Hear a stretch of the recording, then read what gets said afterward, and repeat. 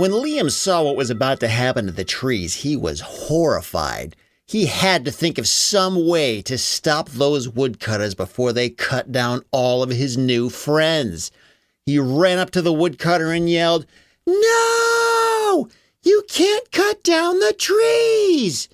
And they said, "Get out of here, kid. We got work to do." But Liam said, "No, you can't. You can't cut down my friends." And he threw his arms around one of the trees and wouldn't let go. When he did this, the tree woke up out of a deep sleep and looked down to see what was happening. And as he looked down, he saw two of the woodcutters pry Liam's arms off the tree and start to carry him away. And when the tree saw what was happening, he spoke up and said, "Excuse me, gentlemen, but please unhand the boy." The two loggers dropped Liam and stared at the trees with their eyes wide open. "Did you just hear that tree talk to you?" one of them said to the other. "I think I did," said the other one. "We better cut these things down before they say something else." And so they walked up to the nearest tree and turned on their chainsaws. And then one of the trees said, "Not so fast."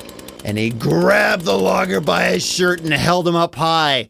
And the logger screamed and yelled to the others, "Get me down from here! This tree has gone crazy!" And then two of the other men ran to the tree with their chainsaws, and right when they were about to slice into the tree, another tree leaned over and said, "I don't think so."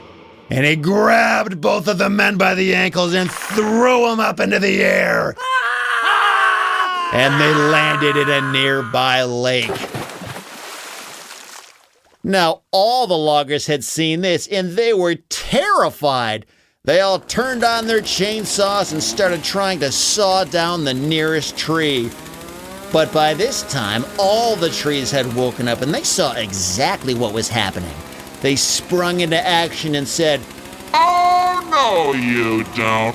And then one by one, the trees picked up each one of those loggers and flung them into the woods.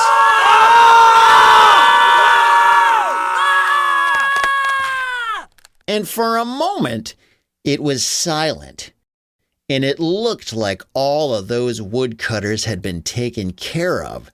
None of them had their chainsaws anymore, and they were all out of sight. What they didn't know was that one of those loggers had a walkie-talkie with him. And as he was hanging from the branch of a nearby tree, he took out his walkie-talkie and he radioed to his boss and said, "Send in reinforcements! These trees are alive!" A few minutes later, 10 trucks arrived with 20 new men and their chainsaws. This had just turned into a full-scale war. Each of them ran up to the trees and started trying to saw them down. But what the loggers didn't know was that the trees had their own reinforcements and friends. They knew how to talk to the birds and the other animals of the forest. They called out for help to all the nearby bears in the woods, and within moments, a giant herd of angry bears came running through the forest and started chasing after the loggers. The loggers didn't realize they'd have to fight the trees and these bears. The bears chased them all back into their trucks, and they got in their trucks and tried to drive away. But then the trees picked up those trucks and threw them all into the lake.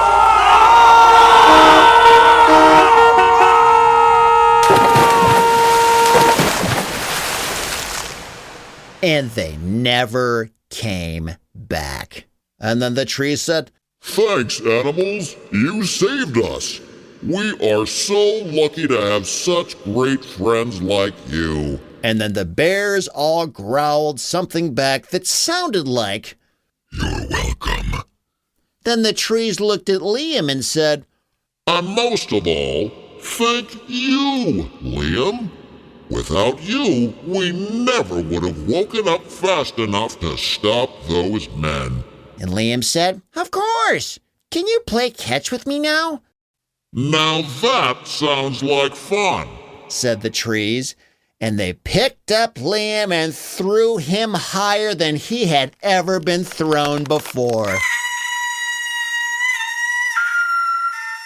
And Liam slept long and hard that night.